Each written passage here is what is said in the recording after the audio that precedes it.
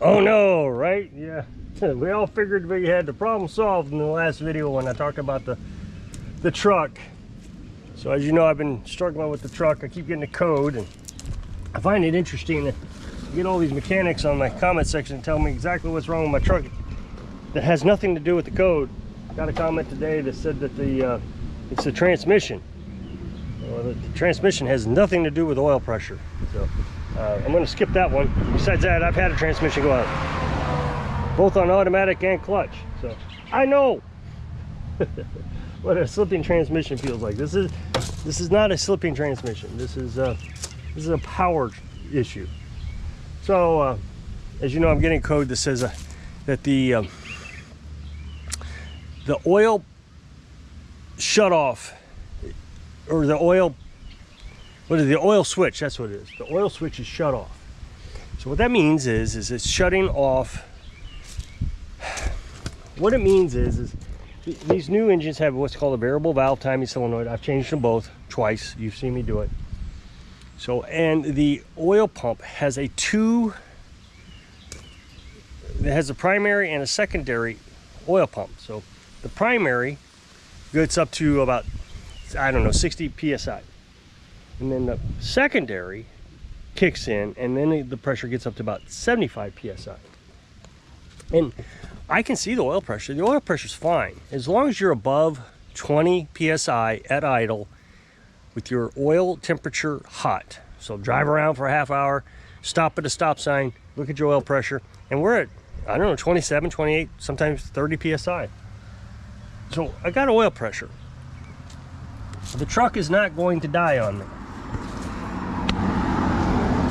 What it is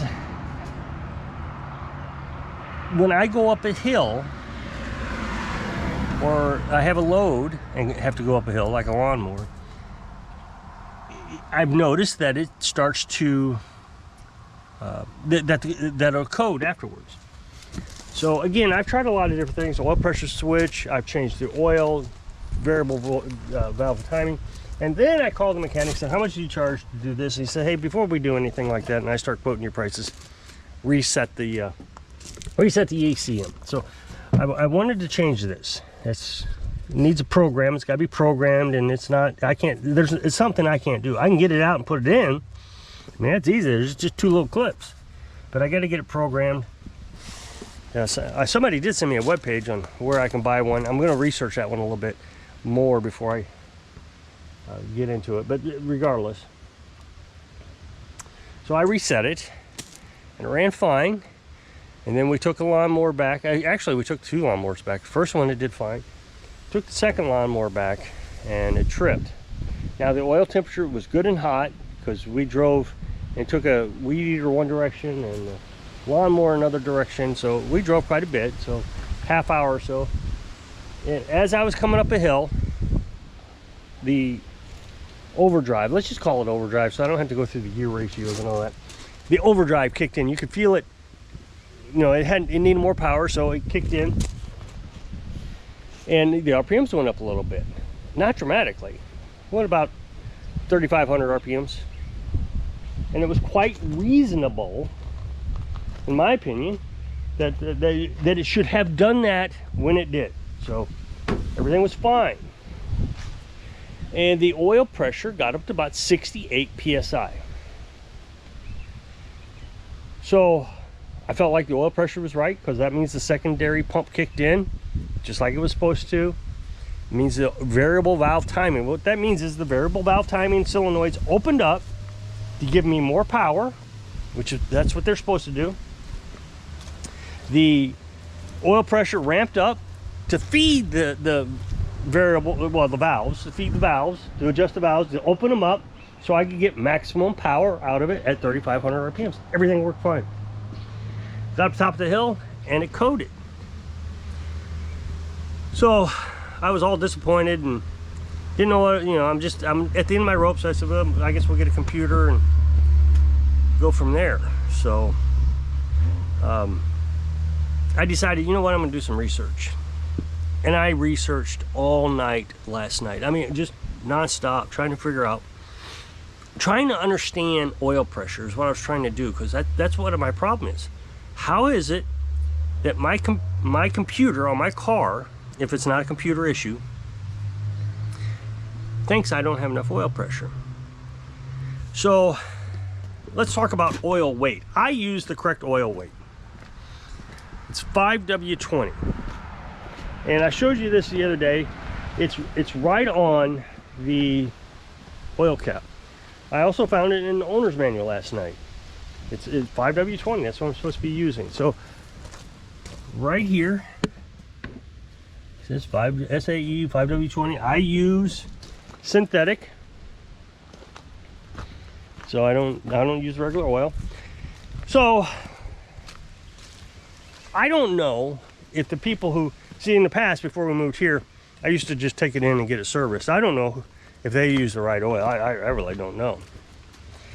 But what I learned last night is automotive companies are using lighter weight oil for better fuel economy, at the same time sacrificing engine longevity. 5W20, what does that mean? 5W, so the 5 indicates the viscosity, the chemical makeup, all that stuff at colder temperatures. So I guess that means, I'm just guessing, I'm sure all the experts are going to get on there and tell me exactly what's wrong. So I'm guessing what that means is when the engine is cold, that's the viscosity, the 5. Let's make a video. Okay, the Air Force is going to send out the warthogs.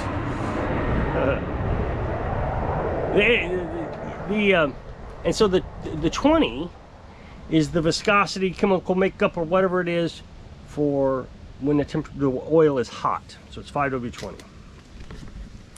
So I keep saying that I'm having problems when the oil temperature is hot and I need more power. When the oil temperature is cold and I need more power, I've got plenty. It doesn't code. The oil pressure sometimes gets up into the 80s. So that's all working well. So I realized last night, maybe there is a problem with my oil itself. Because one of the things that says, if you get this particular code, is you may have the wrong oil or oil filter in it. And I keep saying I don't have the wrong oil. I don't have but when I poured that oil, when I changed the oil the last time, it was like water. It just came rushing out. I don't think I've ever seen water, except on lawnmowers where the fuel has gotten mixed in with the gasoline. That's the only time I've ever seen it more runny than the last time I changed that oil. This is really runny, and I guess this time I was really paying attention to it. Like I said, I've changed the oil since we moved here. I've changed the oil in there every time, but I've never really paid attention to it. But it was just like water. So I started researching that, and it turned out that as your engine gets older, especially if you're using a lower viscosity oil, that it's going to wear more. So my engine, having used that oil for 91,000 miles, is wearing. So all the bearings and all that stuff, the gaps have opened up in my engine. It's an old engine.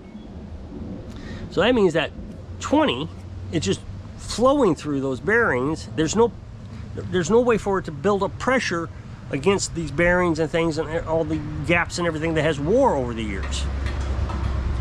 So my research indicated that I should be using 5W30 instead. Now, I thought, hey, let's try 5W40. I mean, 30 is good. Let's try 40. And it said, no, don't do that because it may not flow through the variable valve timing valves. And then you'll get a code for that, which at this point, I'm okay if they code. I wouldn't be too concerned about it. But anyway, so it could be even the oil pump has wore, because that is one of the things. I'm going to have to replace a $2,000 oil pump. So if I give it more viscosity, it may compensate for the wear that the engine has already went through. So, like I said, I don't think my engine's going to be destroyed over this. I think it's just, I'm not going to get the power out of it as long as it keeps going. The thing is as long as I don't need power, and typically I don't need power, I can keep the RPMs under 3,000 RPM very well. It's just sometimes I push it down a little bit harder than you think or whatever to get up a hill with a lawnmower in the back, and it codes just because the oil pressure didn't get up high enough. Oh, maybe I didn't explain that. So it got, like I said, 3,500 RPMs is what it got up to, 68 psi for the oil pressure. But the oil pressure should have gotten up to 75 psi. So the secondary pump, the secondary oil pump, is not providing enough pressure at 3,500 RPMs. Again, I don't think it's the oil pump that is going bad. It could be, and if it is, it's just the secondary pump. So after it codes, I don't feel any power loss, even though the engine, the monitor on your dash says you're going to, power loss, engine power loss. I don't feel any. It actually runs pretty good. What I have noticed though is the code shuts off the secondary oil pump. So the oil pressure never gets above 50, which again isn't a terrible thing. My assumption is it's not opening up the variable valve timing. Well, it is. I just, it's very strange. I don't really understand why I'm not being affected like I think I should be. Regardless, I'm going to put in 5W20. So I ordered the oil, I ordered the new oil pump, even though I just bought this. It was a waste of money, but that's okay. And I'm going to put in 30. And Carolyn said, I've always heard my whole life, and we had this long conversation last night about it, that in the wintertime you're supposed to use 10W30, and in the summertime you're supposed to use 10W40.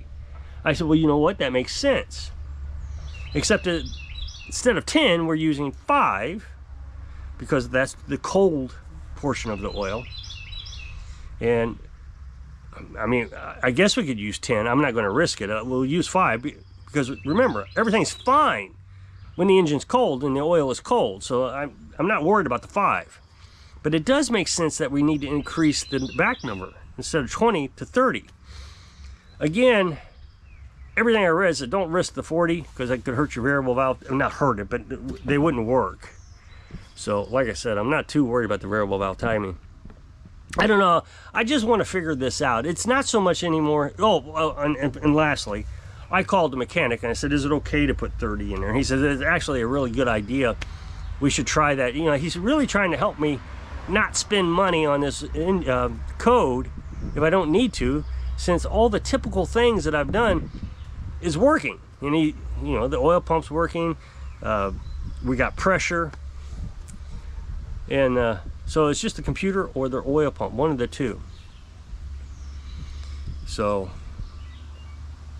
unless I lose oil pressure significantly, and I notice it, if it gets below 20 at idle, then that's when I'll replace the oil pump. I think I'm not going to just go out and waste $2,000 just because it sounds like a good idea, as long as nothing else is getting hurt. What I will do though, in the end, is one, I guess there's 3 things I'll do. Is I will take the truck over to the mechanic and just put it on his code reader. I thought about taking it to AutoZone, but I'm not really sure that's going to tell me anything. I mean, yeah, I think I know everything it's going to tell me. I'm going to take it over to him. That way he can plug it in. I'll pay him. I mean, whatever he wants for that.